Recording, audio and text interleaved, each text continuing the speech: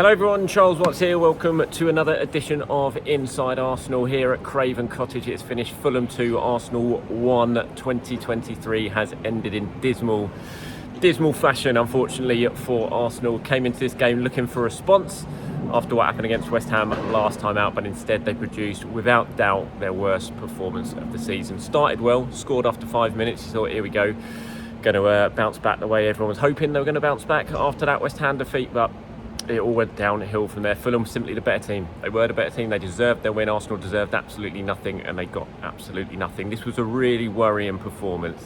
When you know my views, I spoke about it after the West Ham game. That was a weird game, and I came away from it obviously disappointed in the result, but I wasn't too worried after West Ham, because on another day that game goes Arsenal's way. 9 times out of 10, the way that game panned out, the chances Arsenal had, the lack of chances West Ham had, on another day, 9 times out of 10, Arsenal win that game. Today was a very, very different story. Arsenal were really poor. Fulham were better. They played the better football. They produced the better moments. They created the better chances. And Arsenal just never looked like winning this game. After being pegged back to 1-1, you just thought, you were looking at it, you thought, if someone's going to win this, it's going to be Fulham, because of the way the game was going. Arsenal just didn't produce any real moments of quality. And that is a big, big concern. There's so many players off form at the same time right now, and that is a big worry. And the longer it goes on, and look, this is, it's been a really poor Christmas now. The last 2 results have suddenly changed the perspective on it. I thought after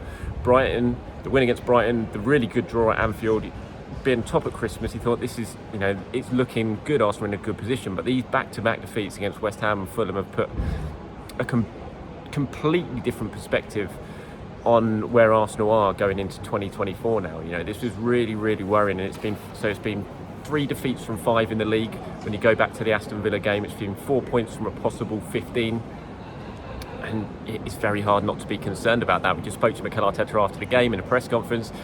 To be fair to him, on this occasion, he didn't really pull any punches. He didn't try to cover it up. He didn't try to say we played well, we deserve more. He admitted that they were just not good enough. I've got some quotes here. Apologised for sort of looking down at my screen, but he said, look, he described it as a painful and a sad day. He said, that's how I would sum it up. We had the chance to be top of the table after 20 games.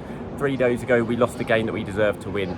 Today was a different story, and he was right. And it shows how tight the Premier League is, that Arsenal could have been top. If they'd have won today, they would have been top going into the new year, but now they're 4th, and that's how tight things are at the moment, and that's the opportunity they let slip through their hands today with this defeat. And you really could tell with Mikel, the way he was talking about the game, he was really surprised, I think, and disappointed by this performance. And I think he's got to take a big chunk of the responsibility. The team selection, he went with Kivior at left back, he changed that at half time, it just didn't work.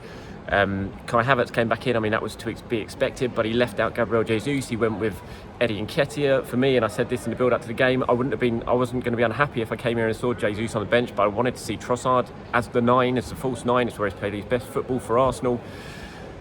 And I thought that was a missed opportunity. And then to go with Nketiah, who had a really, really poor day, he just did nothing work for Nketiah. He didn't get much service at all, but when he was on the ball, we just let it bounce off him. He didn't do enough to get himself in the game as well. It's a disappointing performance from him.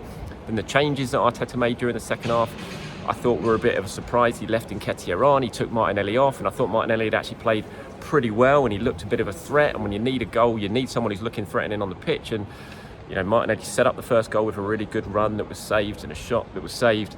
And I thought when the substitutions went up, I just thought it'd be Eddie Nketiah goes off, Jesus comes on, but he left Nketiah on, he took Martinelli off. I thought that was a surprise. He asked about it afterwards, about his substitutions, and he just said it didn't work. He said it wasn't working beforehand, and these subs didn't change the game, so obviously they didn't work either.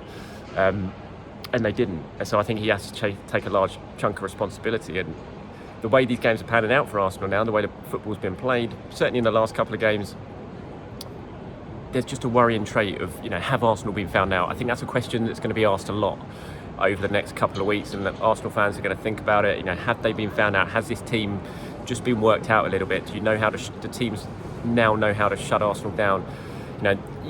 It's a tough one to answer, I think, because it didn't look like West Ham really shut Arsenal down in that game a couple of days ago, because Arsenal created so many chances and they had so many shots on goal. But this one, Fulham tactically got it absolutely right, and they gave Arsenal very, very few chances and they hurt Arsenal. And players like Declan Rice, players like William Saliba, two mainstays of this Arsenal team so far this season, Arsenal's best performance this season, they really struggled as well. And I think that said an awful lot about how things are going. And it is a worry, no doubt about that.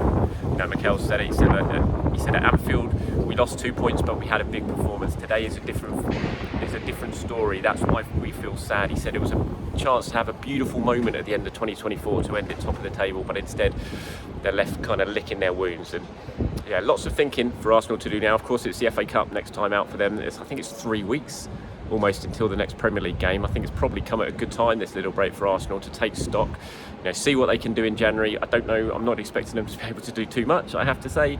Certainly the messages that we're getting is not to expect too much, but we'll have to wait and see if that proves to be true. And certainly these recent results might prompt a little bit of a change in how Arsenal approach the transfer window, if they have the financial sort of firepower to be able to do that. So we shall see. But anyway, I'll talk about this a lot more in tomorrow's show, so keep your eyes peeled for that. But for now, I'm going to go through my Arsenal player ratings from today's game.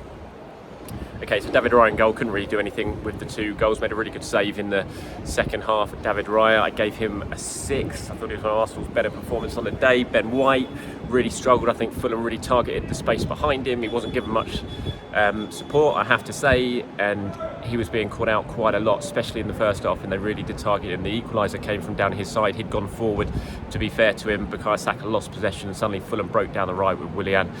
And they made Arsenal pay with a really good goal in the end by Jimenez after a good move. So it was a tough afternoon, I thought, for Ben White. I gave him a 4. Saliba, as I said, just not at his best, looked nervy. Maybe even could have got sent off in the second half late on when he pulled down Harry Wilson, who was through. I think Gabriel was there on the cover, that's why he only got a yellow card. But I think that kind of summed up the way Saliba played. He wasn't at his best, and when Saliba's not at his best, things are going wrong for Arsenal. I gave him a 5. Gabriel, I gave a 6. I think he was probably Arsenal's best performer on the day in terms of defence. He won a lot of duels, was fairly solid, I thought, Gabriel, so I gave him a 6 out of 10. Nketiah just didn't work out for him. He came in at left back in place of the injured Zinchenko. Mikel said he's not sure after the game how long Zinchenko's going to be out for. Said he felt a calf issue in training, so we'll have to wait and see. Again, with 3 weeks until Arsenal's next Premier League game, it's probably a good time for someone to pick up an injury. So Nketiah, I gave a 4. He got replaced at half-time by Tomiyasu, who's good to see him back. But so Tomiyasu came on for him. So Nketiah, I gave a 4. Midfield, Declan Rice, not at his best, and I think that you could see he wasn't at his best by the amount of space that Fulham were having in front of the back four. And I think that told the story of Arsenal's performance, really. Declan Rice has been so influential for Arsenal, so important for Arsenal. He's barely put a foot wrong since he signed, but I didn't think he had his best performance today. I gave him a 5. Kai Havertz back in the game after suspension, just passed him by a little bit. 4 out of 10 I gave him. So many times when Arsenal had the ball and they're looking across it, and I want Havertz at that back post, and I look up and he's sort of making a run almost towards the near post, and you think, no, that's not where you need to be. You need to be at the back post like you were against Brentford. That's the area where you're going to get some real success from. And yeah, I was surprised. Mikel took him off again in the second half again, which I was a bit surprised at, because the way the game was going, Arsenal weren't going to create anything through their play. They just weren't playing well enough to do that. So he thought, hang up some crosses to the back post and get Havertz on the end. But when he went off, they just didn't really have an option to be able to do that. But I gave him a 4 anyway. Odegaard, I gave a 6. I thought he played some all right stuff, Martin Odegaard, and if someone was going to do something to really open Fulham up, you felt it was probably going to be him. Not his best performance, not a great performance, not a good performance really, but just an okay performance from him. So I gave him a 6.